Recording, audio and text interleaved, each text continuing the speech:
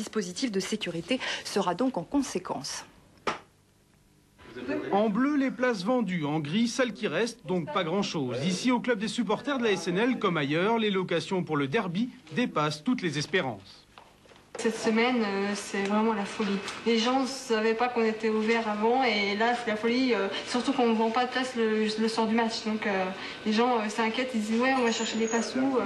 Bref, samedi, la barre des 20 000 spectateurs risque d'être franchie. Et comme ce Nancy-Metz est classé match à risque, plusieurs réunions ont été organisées en préfecture pour bien préparer l'accueil des supporters par les forces de police d'abord. À partir de 12 h, nous allons mettre en place des patrouilles dans le centre-ville, déjà au niveau de la gare et jusque le cheminement gare Place Stanislas, terrain de foot de Marcel Picot. Ensuite, au niveau de l'accueil des supporters de Metz, nous allons accueillir les bus assez loin de Nancy pour pouvoir les amener directement à l'entrée prévue pour ces supporters. Un itinéraire spécial a aussi été mis en place à partir de l'autoroute pour les supporters messins se déplaçant en voiture particulière. Et les abords directs du stade seront coupés à la circulation.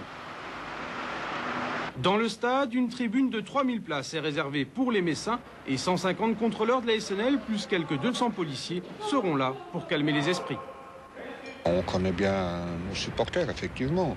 Ce n'est pas des violents, des méchants, mais disons qu'on craint toujours, vu le derby, une rivalité entre les deux clubs.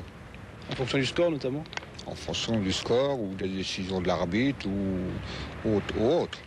Tout cela bien sûr si le match a lieu. Pour l'instant aucun problème, la pelouse est complètement dégelée. Seul risque qu'il pleuve trop et que le terrain soit gorgé d'eau samedi soir. Un petit rectificatif avant de refaire.